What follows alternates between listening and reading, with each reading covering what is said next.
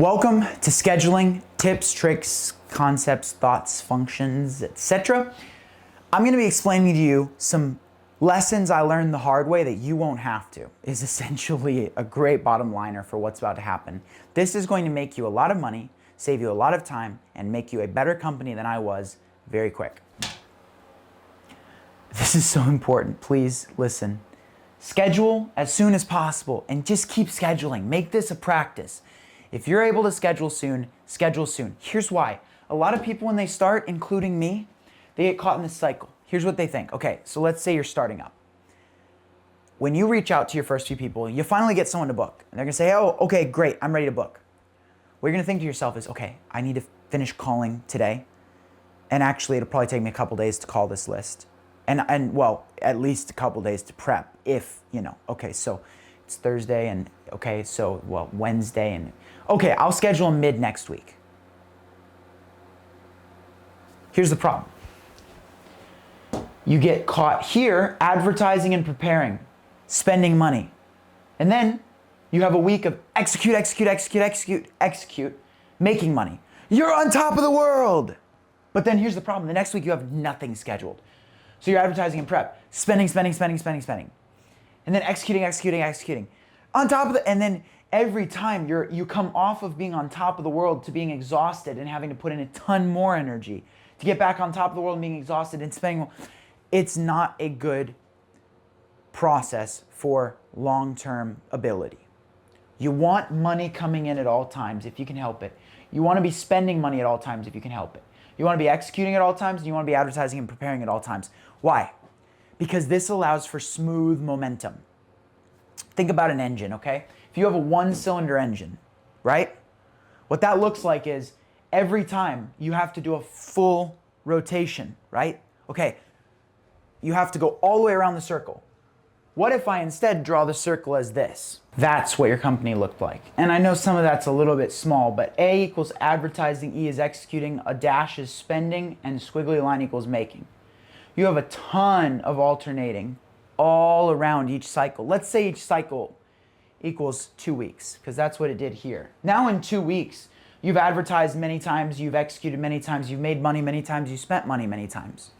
It's a much smoother cycle. This can build momentum, okay? This one, not so much. You never build momentum this way, of a week of this, a week of this, a week of this, a week of this. Where you build momentum is this right here, okay?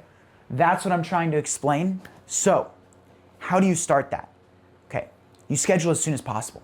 As soon as you are free, get them scheduled. Then, yeah, you still have marketing to do. Figure out how to get the marketing done.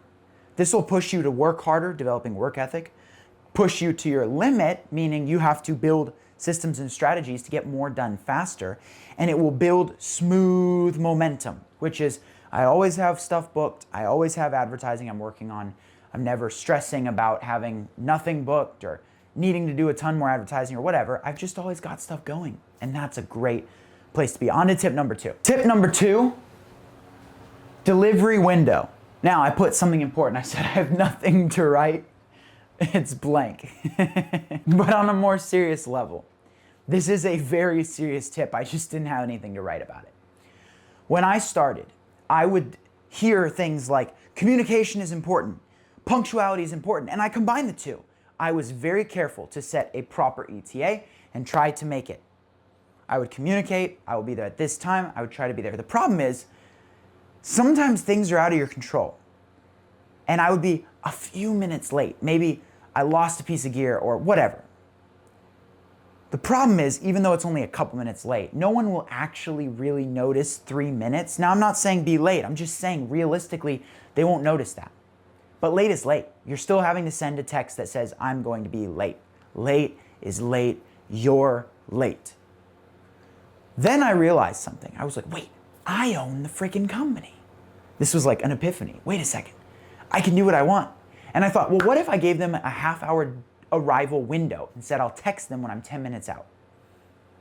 This worked wonders. Then I realized, of course, afterwards that every single service-based person I hire, or my parents hired, or people I hire, always gave them like a 3 or 4 hour arrival window. So, comparatively, my 30-minute with a 10-minute ETA was very punctual. This is the best system I've been able to find. Why? Because it allows you to stay overtime on a job to finish it properly if you need to. It allows you to stay overtime on their job to finish it properly if you need to. So they benefit from it too. And it means that if you're running a little bit late, you have some cushion room. You are those 5 minutes late or whatever, you're still on time. In fact, you're at the beginning of that window. It also gives me the opportunity to send a text with last minute information or details if I need to when I'm 10 minutes out. Get everyone on the same page, make sure they're there, make sure there's an issue, a nice little reminder. This works wonders. Now, I put in the notes, the only time I can think of where someone might be like, no, I need a specific time is, let's say you're like taking photos at golden hour or something like that.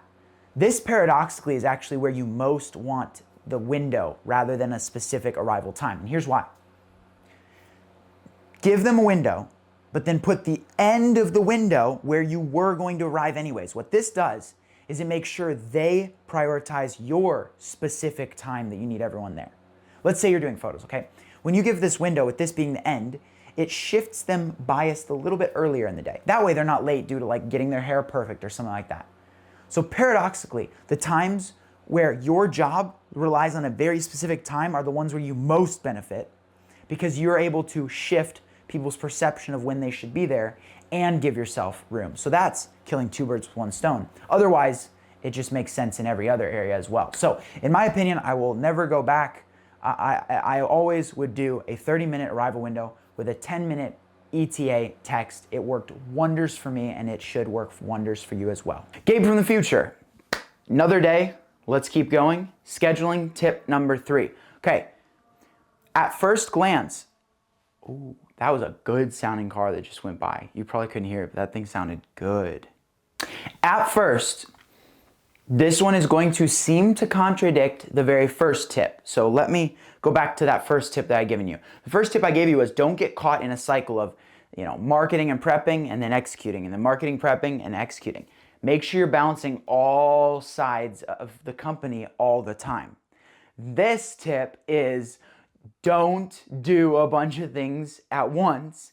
Focus on one thing, then move on to the other. And if you're saying, Gabe, this is confusing, I understand. But I'm going to explain it. It's going to make a lot of sense, okay? One of the things about life is I'm a huge believer that life is about the balance of dichotomies, okay? So it's not about finding this or that. It's about saying in life, there's all the things. How do you balance them, okay? Now we're going to be talking about the balancing act to that first tip, okay? Let me take you to the board. This is an example that Dan Martell, a man I look up to a lot, uses, okay? He says, if I were to have you to count 1 to 26, you could do it fairly quickly. 1, 2, 3, 4, 5, 6, 7, 8, 9, 10, 11, 12, 13, 14, 15, on, right? If I had you do the ABCs, fairly quick. A, B, C, D, F, G, H, you can keep going, okay? Now, what if I had you do 1A, 2B, 3C, 4D, 5E, 6F, 7G, 8? I'm getting confused and messed up and I'm reading it. Now, if I were to do it not looking at it, 1A, 2B, 3C, 4D, 5E, 6F, 7H, like it's so slow. Why? Because we're trying to focus at more things on more things at a time. Now, what if I try to do it backwards? 15, O, 14, N. I mean, we're talking, I'm gonna have to count through the whole alphabet each time for each letter. Okay, what's the 15th? A, B, C, D. O, what's the 14th? A, B, C, D. Do you see what I'm saying? Okay, so this concept beautifully illustrates the idea of you want to focus on a specific cluster of activities that are the same, let's call it genre, at a time, because you will be able to get into the state necessary for that aspect of the company. What I mean is, if you're doing advertising, do advertising. If you're working in the field, work in the field. Now, there will 100% be times where you need to multitask. But from a conceptual standpoint, when you're scheduling, you want to clump like activities by like activities. Another reason for this is, let's say that every single day of the week, I marketed, I executed, I rested, etc. Okay, now I have to prep for marketing, get my laptop pulled up, open up the page 7 times every week, each day. I have to get all of my detailing gear together, drive to a customer's house, come home, clean all the gear, and shower 7 days every week, 7 times. I have to try and rest, but really not really, because there's so much to do 7 times every week, etc., etc., etc. Now, if I just dedicate 3 days a week to marketing, 3 days a week to executing and 1 day a week to rest, now I only have to get everything, all the tasks to set up marketing only need to be done 3 days a week, and all the tasks to get ready for detailing and to recover after detailing, like cleaning, only have to be done 3 times. And then I will do very high potency rest for an entire day once a week. That type of a situation, not only are you going to be more potent in every aspect of what you're doing, but the more mundane, redundant tasks don't need to be done every single day. They only need to be done 3 days a week instead of 7. Does this make sense? Hopefully this makes sense. If you are doing one thing, do the one thing, all right? And so here's the key point, okay? What you wanna do is you wanna find the right balance between blue and pink here, okay? Blue is find the right balance where you are attending all aspects of the company regularly. This is to keep smooth momentum. That's what I was talking about in tip 1. Be attending all aspects of the company regularly. Now, eventually you might have people you can hire so that then you don't have to. But for now, you have to do it all. Attend all aspects of the company regularly to keep smooth momentum. Does that make sense?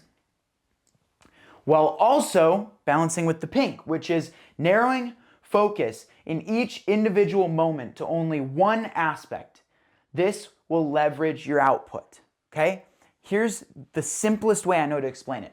On the macro level, zoomed out, you want to be balanced. Make sure you're banging on all cylinders. On the micro level, zoomed in, day to day, hour to hour, subject to subject. On the micro, remain focused on one activity. Does that make sense? If you can learn that balance, it's almost like a dance. This is going to be a skill set that will so much outcompete everyone else because you will have incredible amounts of leverage. It's, again, so simple once you know it, but until you think about it, you just don't think about it. And most people never think about this. Most people take things as they come, do things as they feel right, rather than putting in place a strategy of saying, I need to be making sure I'm hitting all the bases this week, but also that they're done in such a way and scheduled in such a way that I'm focusing on this aspect now, and then I'm focusing on this. I can wake up today and say, today is a marketing day. I can wake up tomorrow and say, tomorrow is an execution day. Does that make sense? Okay, we are now done with scheduling. Those are the main quick tips I wanted to get you. Now on to insurance. But first,